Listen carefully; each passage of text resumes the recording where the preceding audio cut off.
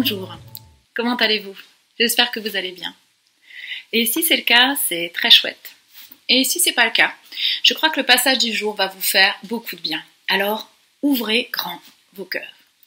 Je vous propose de commencer justement par ce passage.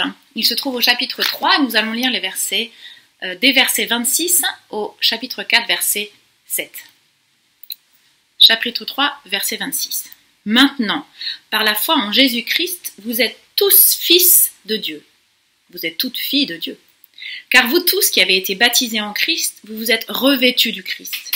Il n'y a donc plus de différence entre les juifs et les non-juifs, entre les esclaves et les hommes libres, entre les hommes et les femmes. Unis à Jésus-Christ, vous êtes tous un. Si vous lui appartenez, vous êtes la descendance d'Abraham et donc aussi les héritiers, les héritières, des biens que Dieu a promis à Abraham. Illustrons ce que je veux dire. Aussi longtemps que l'héritier est un enfant, il ne se distingue en rien d'un esclave. Bien qu'il soit le propriétaire de tout le patrimoine, il reste soumis à l'autorité de tuteur et d'intendant jusqu'au terme fixé par son père. Nous aussi, lorsque nous étions des enfants, nous étions de même asservis aux principes élémentaires qui régissent la vie de ce monde. Mais, lorsque le moment fixé par Dieu est arrivé, il a envoyé son Fils, né d'une femme, et placé par sa naissance sous le régime de la loi. Pour libérer ceux qui étaient soumis à ce régime, il nous a ainsi permis d'être adoptés par Dieu comme ses enfants. Puisque vous êtes bien ses fils, ses filles, Dieu a envoyé dans nos cœurs l'esprit de son Fils qui crie « Abba », c'est-à-dire « Père ». Ainsi donc, tu n'es plus esclave, mais fils, fille. Et puisque tu es fils, fille, tu es héritier, héritière des biens promis grâce à Dieu.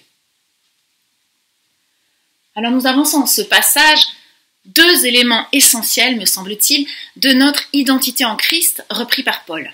Vous voyez desquels je veux parler? Oui, c'est certainement ça. Le premier, nous sommes libres, et on en a déjà parlé dans cet épître aux Galates, et on va encore en parler.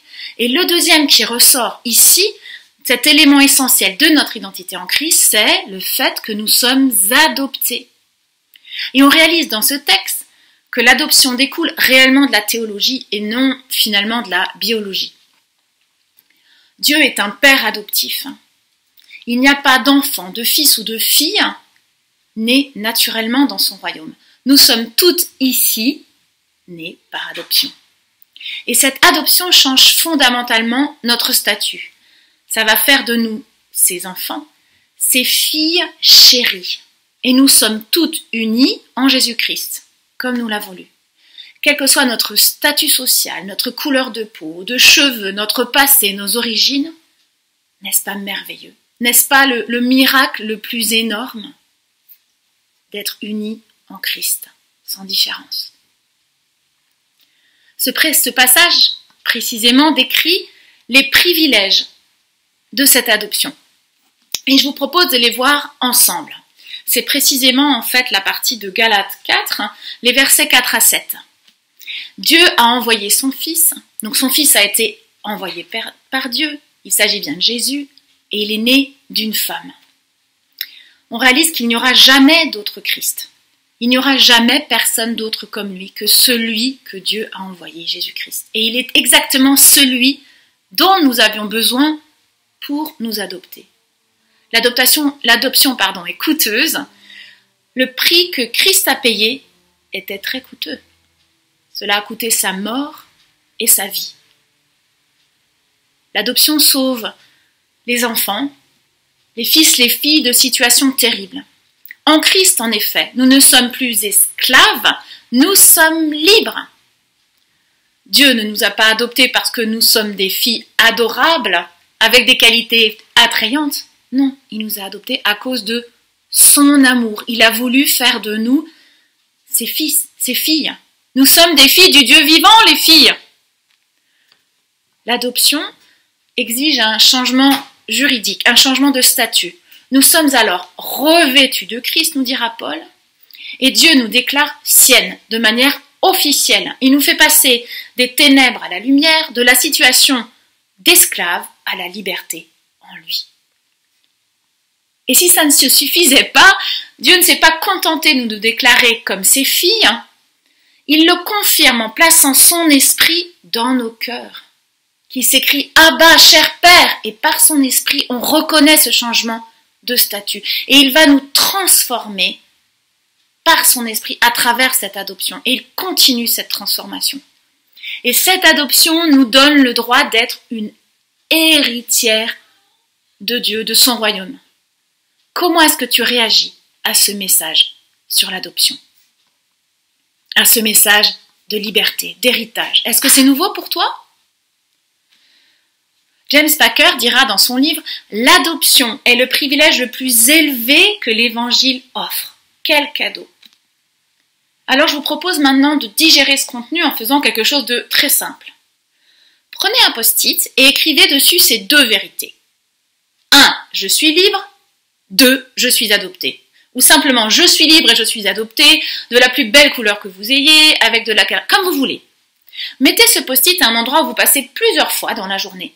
Que ce soit dans la cuisine, sur la porte des toilettes, dans la salle de bain. Et celles qui préfèrent écrire directement en rouge à lèvres sur le miroir de la salle de bain, bien entendu, vous êtes les bienvenus aussi. Ceci sera visible pour vous chaque jour, mais pas uniquement pour vous, aussi pour ceux qui vivent avec vous, mais aussi pour ceux qui passent par chez vous. Lisez ces vérités à haute voix, à chaque fois que vous passez devant. Faites-les vôtres. Et je vous lance encore 2 défis. Posez-vous la question. Qu'est-ce que cela change pour moi de me savoir libre et adopté? Et prenez un temps pour louer Dieu pour ce changement de statut. Priez, chantez, criez-le, seul ou devant d'autres. Et le deuxième défi, c'est de prier pour une personne avec qui vous aimeriez partager cette bonne nouvelle, d'être libre et adopté par Dieu en Christ. Et puis, lancez-vous et venez nous le raconter. Alors, cher ami, toi qui es libre et adopté, je te souhaite encore une excellente journée et de bonnes discussions si tu participes à un petit groupe. Au revoir et à bientôt.